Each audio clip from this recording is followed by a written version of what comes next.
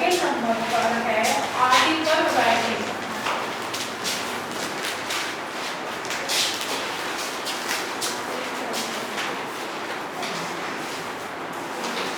जो हमारे मार्क्स को कवर करता है, कितने मार्क्स को?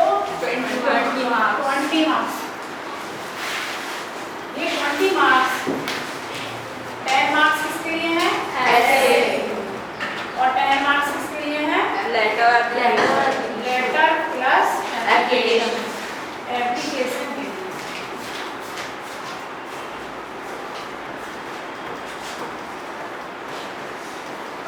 हमारा जो आज का टॉपिक रहेगा वो एप्लीकेशन रहेगा। क्लियर? सबसे पहले लेटर क्या है, कोई बच्चा बताएगा? हिंदी में बता दो, जो भी मन में आता है। लेटर जैसे हम किसी अपने से बड़े को लिखते हैं, जैसे अब जो आधुनिक युग है उसमें मोबाइल का प्रयोग ज़्यादा हो गया है। हम अपनी छोटी सी बात को टाइप करते हैं, दूसरे तक पहुँचा देते हैं। लेकिन अभी भी कुछ जगह पर हमें क्या करना होता है, लेटर के माध्यम से ही संपर्क करना होता है या बात करनी होती है। पहले ज़्यादा चलन था।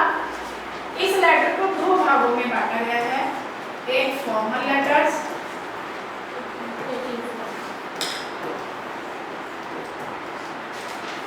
यानी कि औपचारिक पत्र,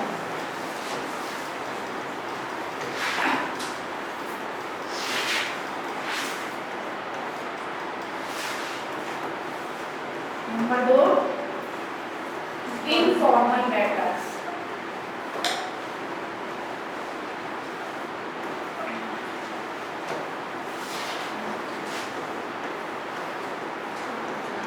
अनौपचारिक। समझ पा रहे हैं आप?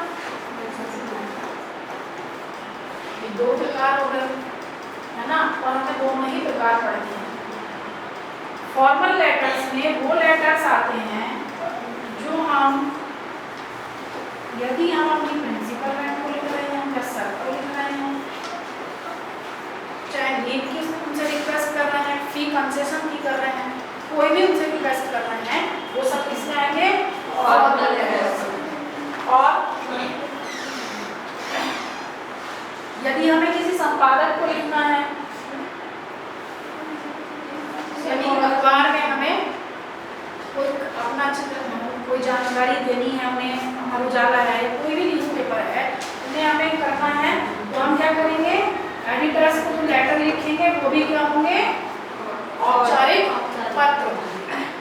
इसके साथ साथ कभी कभी ऐसा होता है बुक्स लेने जाते हैं, बुक्स नहीं मिल पाती हैं, तो हमें क्या होता है, बुक्स की एजेंसी से वहाँ से मंगाना होता है, तब भी हम उसमें डिमांड लेटर डालते हैं, वो भी इसी में आएंगे। या किसी जॉब के लिए अप्लाई कर रहे हैं, कहीं जगह खाली है और हमें वहाँ पर चाहते हैं कि हम अपना फॉर्म फिल कर दें, वो लेटर भी इसमें आएंगे, फॉर्मल लेटर्स में आएंगे। जो दूसरे हैं वो हैं इनफॉर्मल लेटर्स। इनफॉर्मल लेटर्स को आप ऐसे समझ सकते हैं, सरल शब्दों में हम अपने जो भी रिलेटिव्स को पत्र लिखते हैं, लेटर्स लिखते हैं, वो सब किसमें आएंगे? चाहे फादर के लिए लिख रहे हैं, ब्रदर, सिस्टर, फ्रेंड, किसी के लिए भी, जब हम इन्हें पढ़ेंगे टॉपिक्स को तब और ज़्यादा क्लियर हो जाएगा। अभी जो हम बात करेंगे वो हम आज पढ़ेंगे फॉर्मल लेटर्स में एप्लीकेशंस की, जो हम अपने प्रिंसिपल मैम को या सर को लिखते हैं, चाहे वो किसी भी तरह की हो। हम इसमें समझेंगे कि कैसे, किस पैटर्न पर कहाँ हम गलती कर देते हैं जिससे हमारे मार्क्स क्या हो जाते हैं, है ना? ये हमारा 10 मार्क्स का है और हमारा क्या होना चाहिए, इसी में 10 मार्क्स आने चाहिए। जो पैटर्न है हम अपनी कॉपी पर लिखते हैं, जब आप बोर्ड में भी लिखते हो या इसमें लिख रहे हो, अभी आप एक ऐसे लाइन है आपके पेपर में, है ना? एप्लीकेशन लिखने के लिए 4 मोस्ट इम्पोर्टेंट चीजें हैं। सबसे पहले हेडिंग। अब आपके मन में आएगा इसमें हेडिंग कहाँ है, हमने तो आज तक नहीं सीखी। इस हेडिंग का मतलब है कि संबोधन,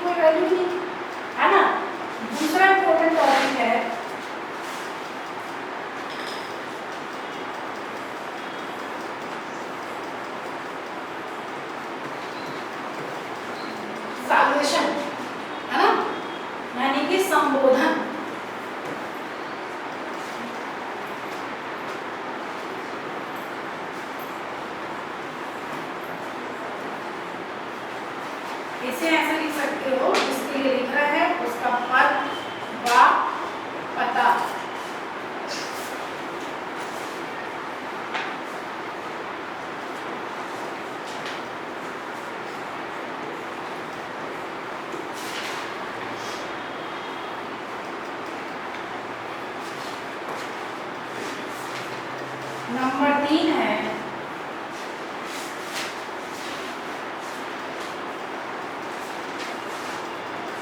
बॉडी ऑफ एप्लीकेशन।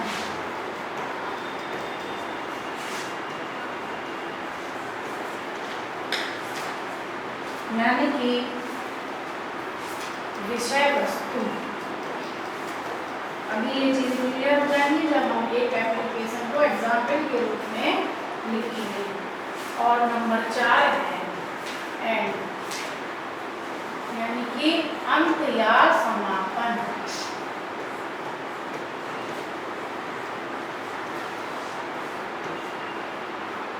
क्लियर? सबसे पहली इम्पोर्टेंट चीज हम किसके लिए लिखना है, वो कहाँ के रहने वाले हैं, अभी तो क्लियर होगा। दूसरा, हम उन्हें क्या संबोधन करना है। अगर मैडम है प्रिंसिपल तो हम मैडम लिखेंगे, या अगर कोई पुरुष है तो हम क्या लिखेंगे, सर लिखेंगे। तीसरा, बॉडी ऑफ एप्लीकेशन, हमें जो अपनी बात कहनी है, उनसे जो रिक्वेस्ट हमें करनी है, वो हमारी क्या होनी चाहिए, क्लियर होनी चाहिए। पता चला आपको पूरी एक पेज की एप्लीकेशन लिख दी, लेकिन जो बात हम कहना चाहते थे वो सबसे अंत में लिखी, है ना। और सबसे लास्ट में अंत यानी कि समापन। जो समापन पर हम अपनी जानकारी देते हैं वो कितना सीमित शब्दों में देते हैं।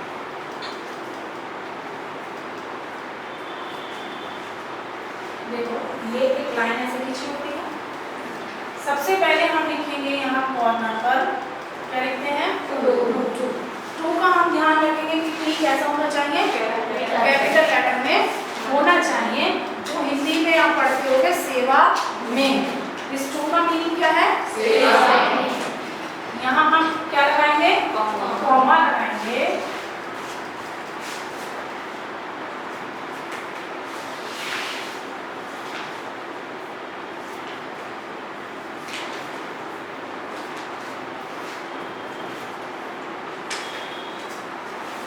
ठीक, यहाँ के बाद में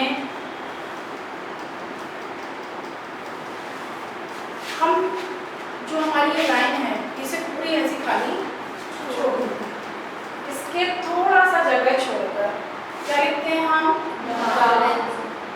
दा का हम ध्यान रखेंगे कि दा का टी कैसा बनेगा, कैपिटल लेटर में बनेगा। उसके बाद में प्रिंसिपल में भी पी कैपिटल। ये जो बच्चों छोटी छोटी गलतियां हैं ना, ये हमारे 10 मार्क्स में से क्या करती चली जाती हैं, कट जाती है। क्यों कटती, क्योंकि ये हमारे ग्रामर का पोर्शन है। और अगर यदि हमारे यहाँ पर ग्रामर या छोटी छोटी जो मिस्टेक्स होंगी वो हमारे नंबर को कट कर देंगी। द प्रिंसिपल के बाद में हम क्या लगाएंगे, कॉमा।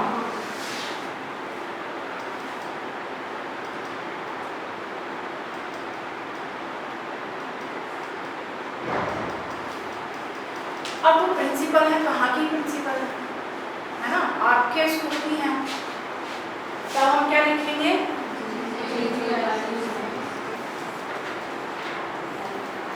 GGIC। फिर क्या लगा देंगे हम,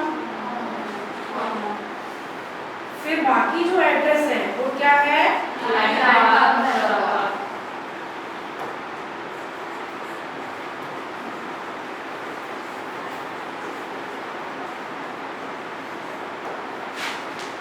लाइन पार के बाद कॉमा।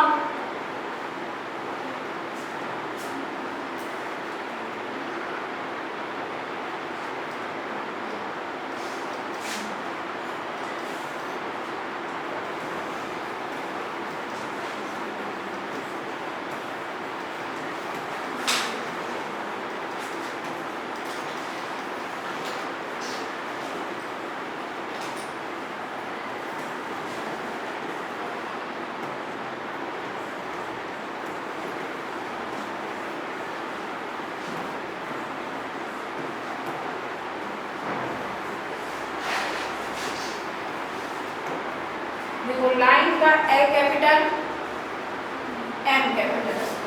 यहाँ हमने GGIC शॉर्ट में लिखा है, लेकिन वहाँ हमने GGIC को क्या लिखा है, कैपिटल लिखा है और उसके आगे डॉट्स लगा है। इसका मतलब ये कि शॉर्ट फॉर्म है। आगे हम इसे खोल के भी लिख सकते हैं, गवर्नमेंट गर्ल्स सेंटर कॉलेज। ये जो पूरा क्वेश्चन आया, ये हमारी हेडिंग नंबर 1 हो गई, जो क्या थी नंबर 1 पर हेडिंग, यानी कि पद हो गया और ये पता होगा उनका एड्रेस हो गया। अब हम यहाँ दूसरा हेडिंग दे रहे हैं, वो क्या है, संबोधन।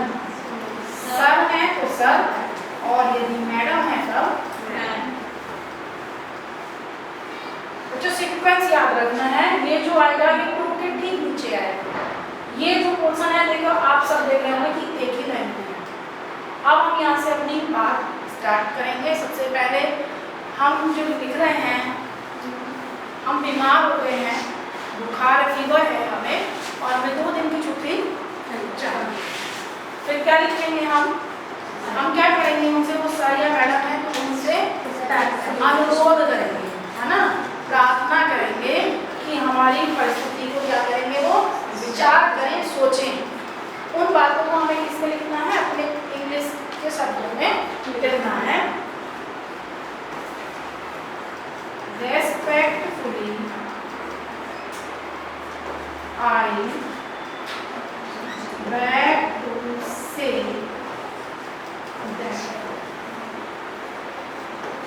इसका मीनिंग है कि मैं आपसे विनम्र निवेदन करता हूँ कि, क्या निवेदन कर रहे हैं, अब हमारा टॉपिक क्या है, जो अभी हमने एक लाइन यहाँ छोड़ दी है, उस लाइन को कैसे समझेंगे। यहाँ पर हम सर या मैडम से पहले लिख सकते थे क्या, सब्जेक्ट लिख सकते थे, है ना। उस सब्जेक्ट में हम अपने टॉपिक डाल देते क्या, application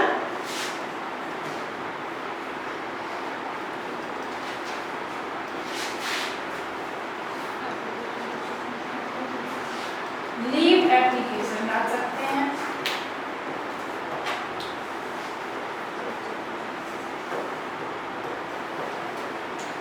leave application for 2 days डाल सकते हैं।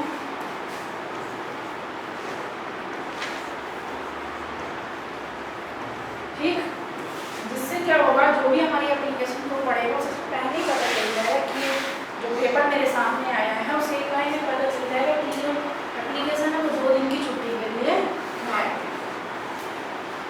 हम यहाँ कहेंगे कि ये अब जो बात चल रही है यहाँ से, ये क्या है, ये थर्ड जो हेडिंग थी, बॉडी ऑफ एप्लीकेशन ना। Respectfully I beg to say that I have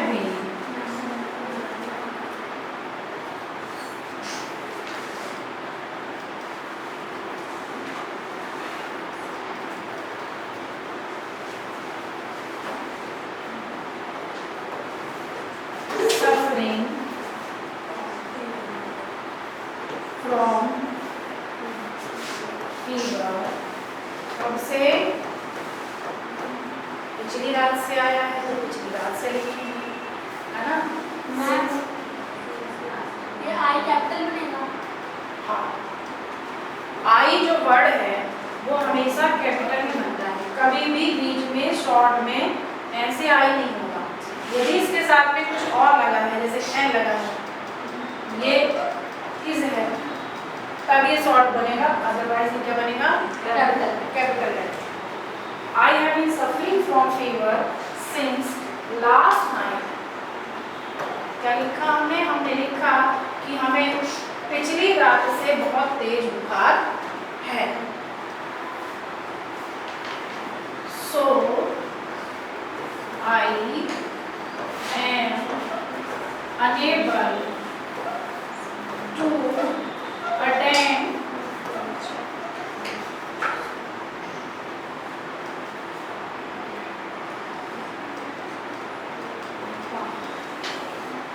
the class, लिख सकते हैं,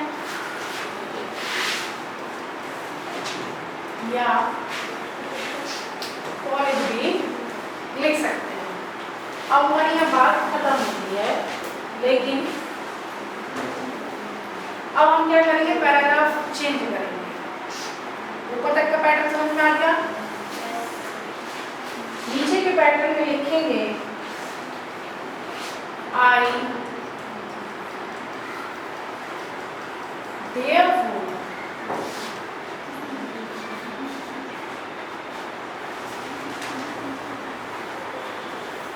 request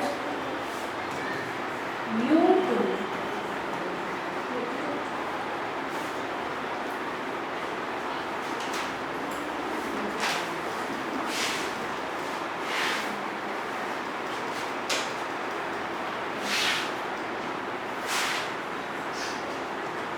grant me leave for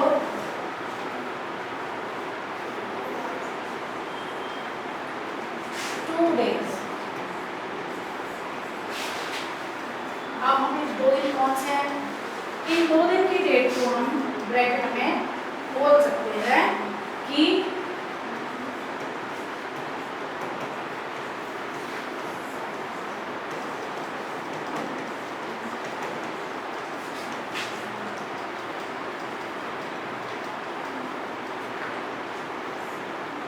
फिर देखो ध्यान रखेंगे अगली लाइन जो लेंगे हम कि किसी के नीचे जगह छोड़कर आई के नीचे आई लेंगे।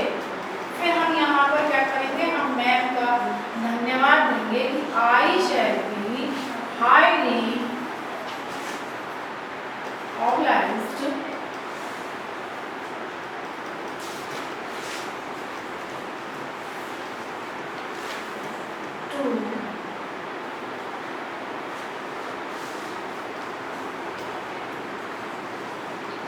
your act of kindness।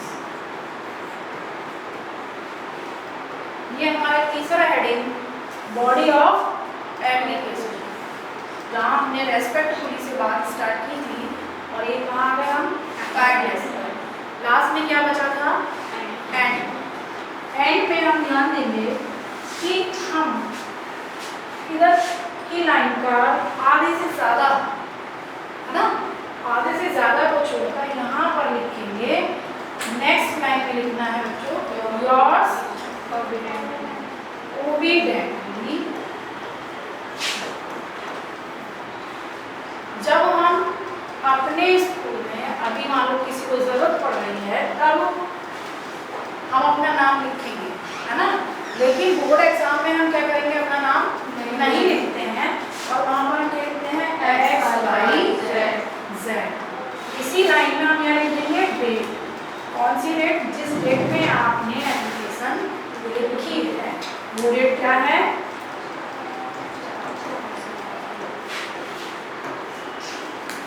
ठीक,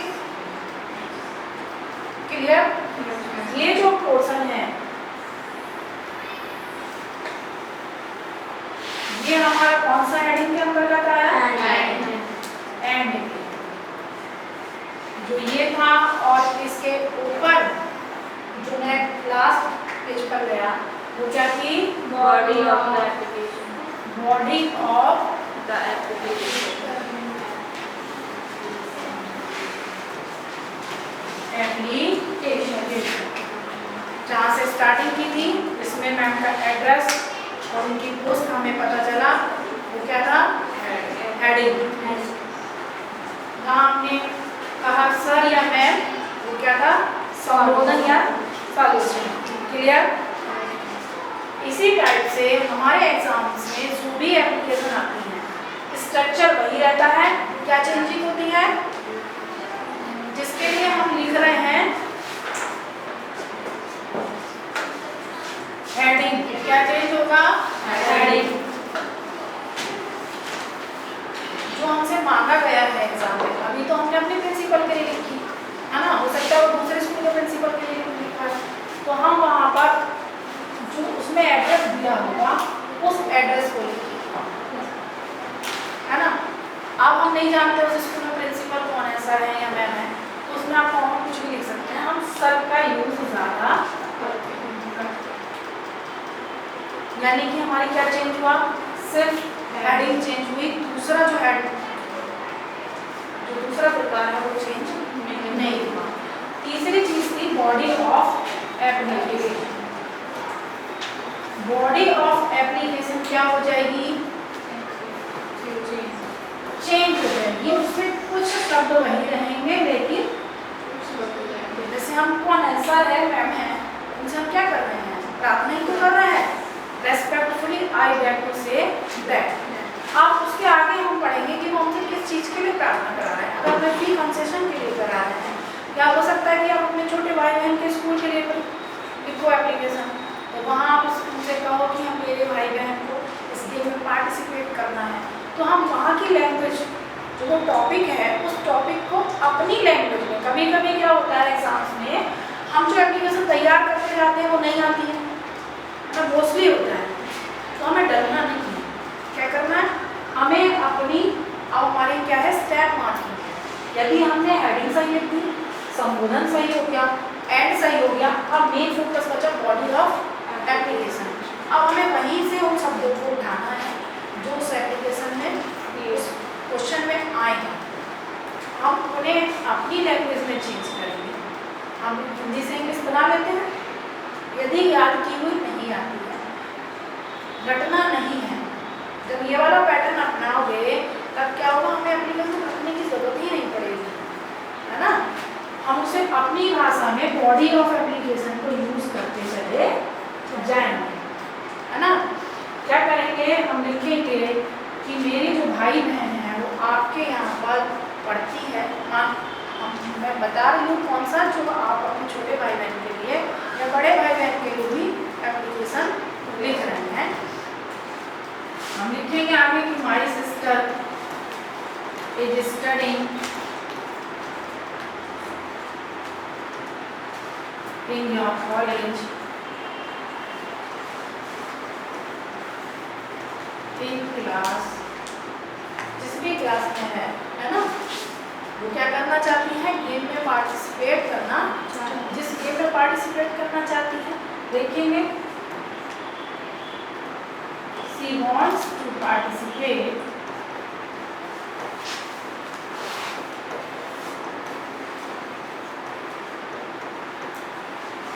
in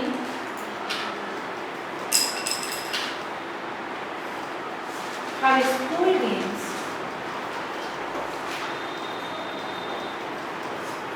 जो भी यदि वो कोई नाम है उसका, बैडमिंटन है, हॉकी है, क्रिकेट है, हम नाम लिख देंगे जिसमें वो बहुत अच्छा खेलती है।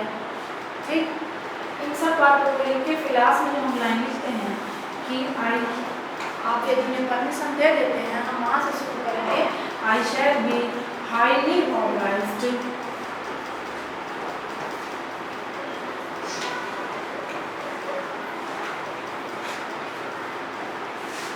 to your permission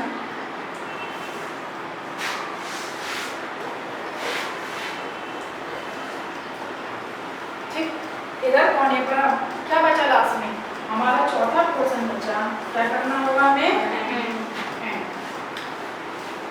उसके लिए क्या करेंगे हम, तो यहाँ लिखेंगे थैंक यू या थैंक्स,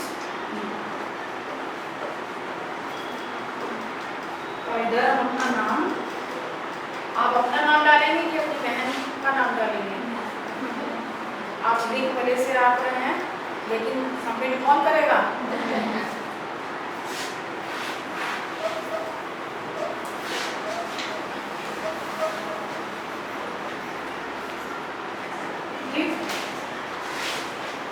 इस टॉपिक में किसी को कोई परेशानी, कुछ पूछना, कोई क्वेरी हो, कहीं समझ में नहीं आया, कोई भी एप्लीकेशन लिख लोगे, बताओ फिर किसके लिख के लिखाओगे,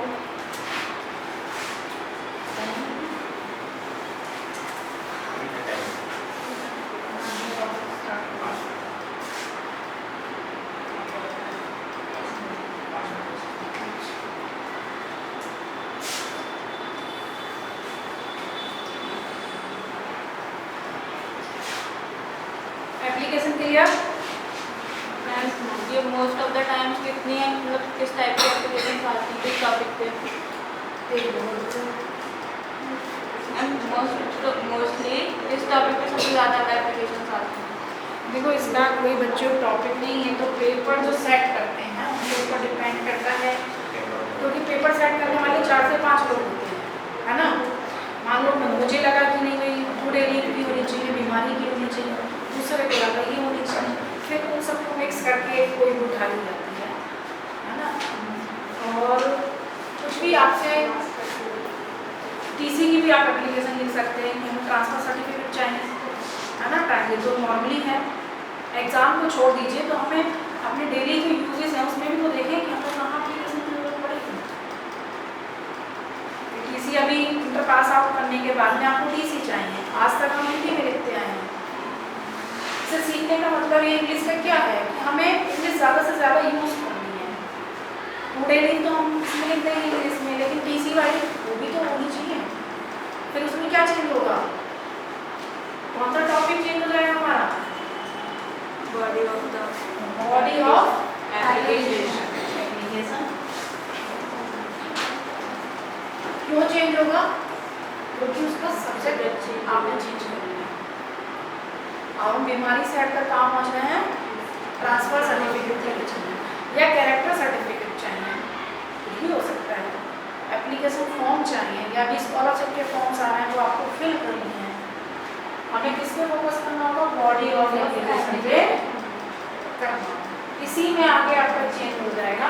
बात वहीं से स्टार्ट करनी होगी क्योंकि जो भी हमसे बड़े हैं उनके लिए हमें क्या करना है, इन्हीं शब्दों का प्रयोग करना है। Respectfully, I beg to say that.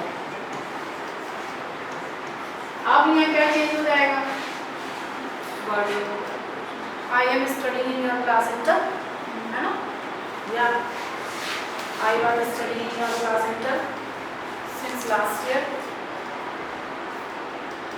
I want a transfer certificate for admission, graduation। तो जो भी आप करना चाहते हैं आगे जिस भी कोर्स में करेंगे उस कोर्स का नाम है।